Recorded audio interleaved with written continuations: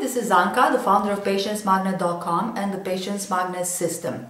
And today I want to talk to you about how you use your time, because this is number 5 in my 7 Keys to Success video series. And this is a big issue for a lot of people.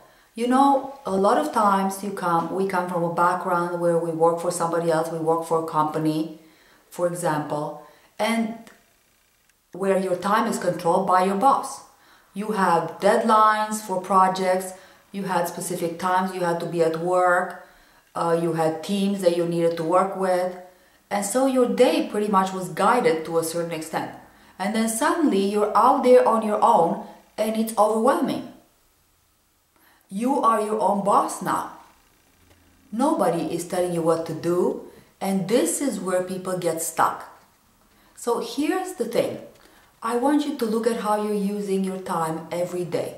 For 1 week, I want you to track what you're doing every single hour of the day. And your goal is to get to the point where 75–80% of your time is used for profit-generating activities.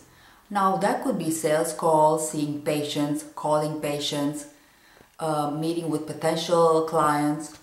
It could be implementing active marketing activities, where you're actually out there interacting with people, maybe networking, for example. Pretty much these 75–80% of your time should be focused on treating patients or acquiring new patients. Or you could be spending your time in a mastermind group developing your business strategy.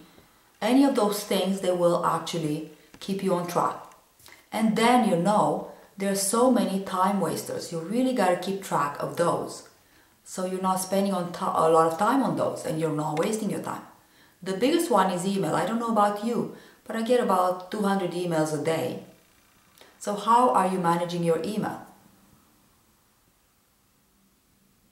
So are you spending too much time researching or studying or thinking about doing things but not actually doing and taking them and taking action?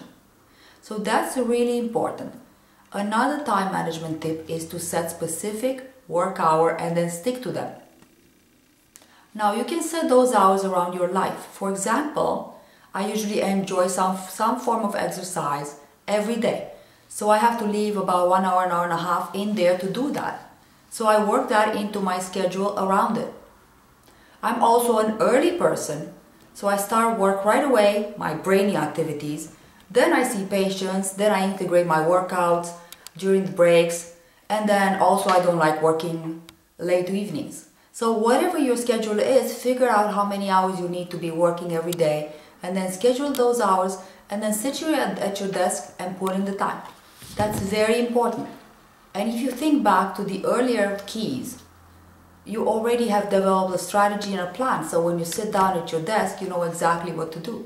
So this is very, very important. Go look at your calendar. Have you schedule your work for the rest of the month, even for the rest of the year. And have you tracked how you're using your time? Every time I get a client to do this for 1 week, they come back, they're just amazed of what they find. A lot of times we fool ourselves. We keep ourselves busy, but we're doing the things that are not really priority based. The other thing is, be careful not doing the things that other people think that are urgent, but really that are not important for you in terms of reaching your goal. That requires a lot of focus.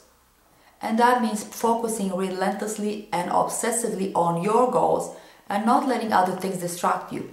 You know, the doorbell rings, the phone rings, there's a friend that wants some attention, or some part of your family. Whatever that is, don't let things distract you. You get an email, you click on, No, you've got to stay focused on your goals. Focused on your priority activities every day and every hour that you set up to do that. So take a look at how you're spending your time this week. This week alone, I want you to focus on how you're managing your time. And if you're focusing relentlessly on your current goal or whatever you're trying to accomplish right now. Thanks for listening. See you next time.